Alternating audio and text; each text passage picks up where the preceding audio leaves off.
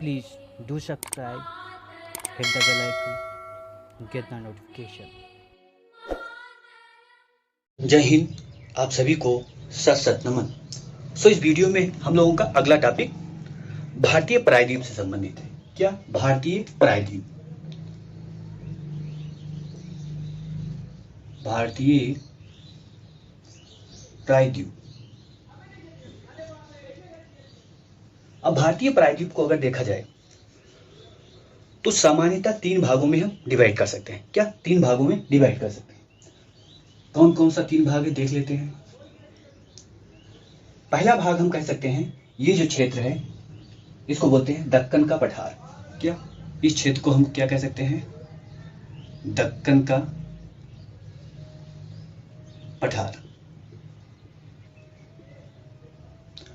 ये जो क्षेत्र है इसको हम कह सकते हैं मध्यवर्ती उच्च भूमि। क्या? मध्यवर्ती उच्च भूमि। और तीसरा जो है उसको कह सकते हैं उत्तरी पूर्वी पठार। क्या? उत्तरी पूर्वी पठार। वास्तव में भारतीय जो प्रायद्वीप है एक पठार ही है, लेकिन इस पठार को भी हम 3 भागों में डिवाइड कर सकते हैं। अब ये 3 भाग अलग अलग दृष्टिकोण से हम लोगों को पढ़ना है। क्या? अलग अलग दृष्टिकोण से पढ़ना है। सबसे पहले हम लोग कहां पर आते हैं? इस क्षेत्र पर आते हैं और हमें पठार को पढ़ना है। स्पेशली इस सेक्शन में हमें क्या पढ़ना है? पठार को। तो सभी पठारों को हमको पढ़ना है भारत के। अब सबसे पहला पठार अगर हम पढ़ें तो नंबर 1 हम डालते हैं। क्या? नंबर 1। अब आप लोग यहां पर इस इमेज पर ध्यान दीजिए। This is our incredible India.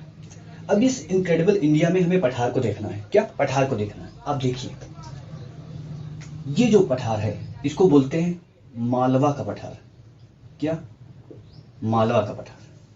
ये क्या है? मालवा का पठार। और ये जो पठार है इसको बोलते हैं बुंदेलखंड का पठार। क्या? बुंदेलखंड। और ये जो है इसको बोलते हैं बघेलखंड। क्या? बघेलखंड। और ये जो है इसको बोलते हैं छोटा नागपुर।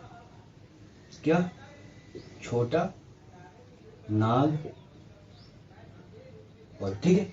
और यहां पर जो है इसको बोलते हैं शिलोंग। क्या? शिलोंग का पठार।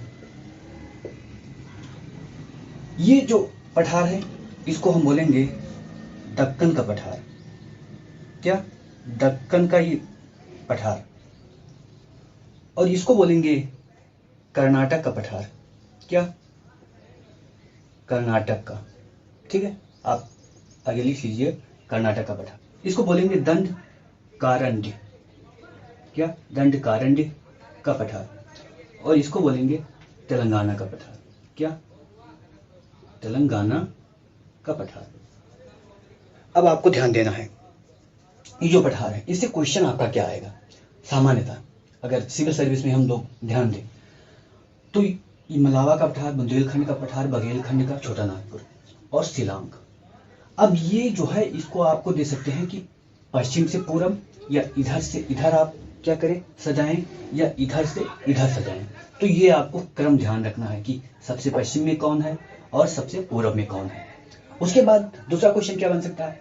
उत्तर से दक्षिण को सजाने को दे सकते हैं आपको। क्या? उत्तर से दक्षिण, जैसे बुंदेलखंड और फिर उसके बाद बघेलखंड, छोटा नागपुर, दंडकारण्य, तेलंगाना, ऐसे आपको दिया जा सकता है। तो इस क्वेश्चन पर आपको विशेष रूप से ध्यान रखना है। अब इन सभी में हम क्या एक ही पठार को लेते हैं और सामान्य जानकारी उसका लेकर चलते हैं। पहला पठार हम लेते हैं क्या? मालवा का पठार। क्या? मालवा का पठार। ठीक है। अब मालवा का पठार के बारे में पहला चीज क्या है? पहला चीज आपको यह जानना है कि मालवा का पठार लगभग 1.5 लाख वर्ग किलोमीटर। क्या? 1.5 लाख वर्ग किलोमीटर में फैला है। ये आपको ध्यान देना है। कितने में? 1.5 लाख वर्ग किलोमीटर में। अगर हम इसकी लंबाई चौड़ाई देखें तो इसकी लंबाई लगभग 600 किलोमीटर है और अगर चौड़ाई देखें तो 400 किलोमीटर है। क्या? 400। यहाँ पर मैं यल लिख देता हूँ, यहाँ पर बी लिख देता हूँ, ठीक है। और अब इसकी सीमा कौन निर्धारित करता है? मालवा पठार के आप उत्तर में देखेंगे, क्या इसके इधर, तो यहाँ पर क्या है? अरावली, क्या? अरावली पहाड़ी है। क्या है? अरावली। तो उत्तर में क्या है इसके? अरावली पहाड़ी। अरावली पहाड़ी को हम लोगों ने पढ़ा है, क्या? अरावली पहाड़ी को हम लोगों ने पढ़ा है। अब आप देखिए दक्षिण में, क्या? दक्षिण में आप देखेंगे तो यहीं पर विंध्य पर्वत है। क्या? विंध्य पर्वत है, उसको भी हम लोगों ने पढ़ा है। तो दक्षिण में विंध्य पर्वत, विंध्यन रेंज करके हम लोगों ने इसको पढ़ा है, ठीक है। अरावली पर्वत हो गया, विंध्यन रेंज हो गया। और पूरब में देखेंगे तो पूरब में क्या है? बुंदेलखंड। क्या? बुंदेलखंड। तो आप पूरब में बुंदेलखंड लिख दीजिए।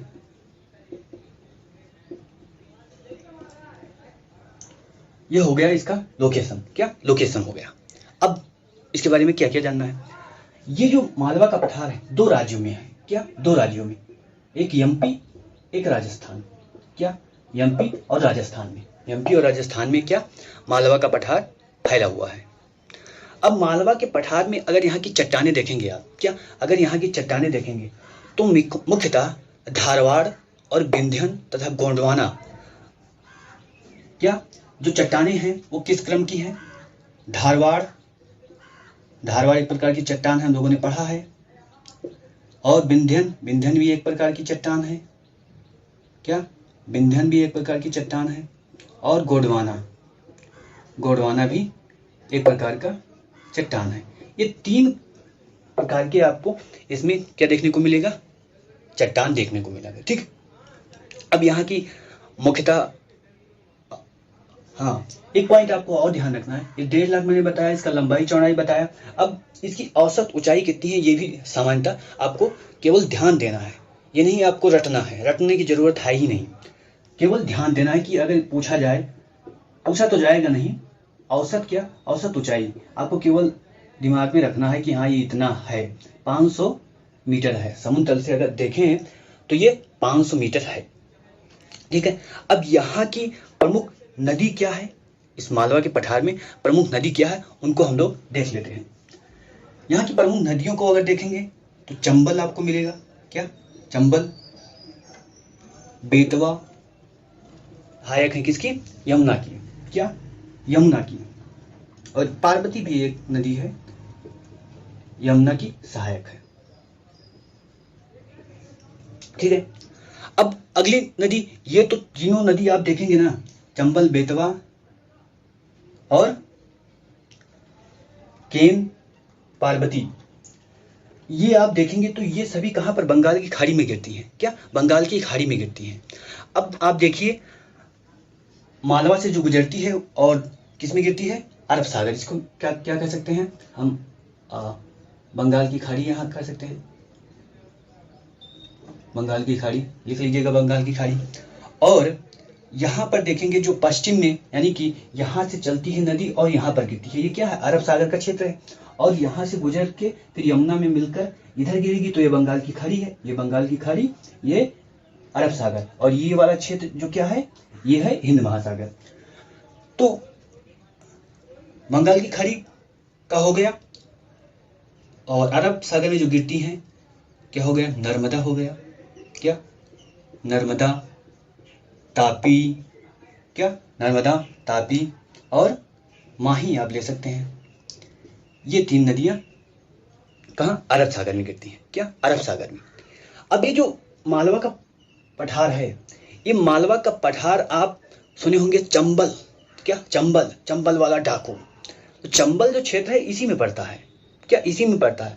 और तो चंबल जो क्षेत्र है वो अपर्दन के दृष्टि से ना बहुत ज्यादा क्या है, कह सकते हैं सेंसिटिव है। वहां पर अपर्दन किस प्रकार का होता है? जैसे देखिए वहां का अपर्दन, ये जैसे क्षेत्र है तो ऐसे होगा, ऐसे, मतलब यहाँ अपर्दन हो गया, ये खड़ा रह गया, यहाँ अपर्दन हो गया, ये खड़ा रहेगा।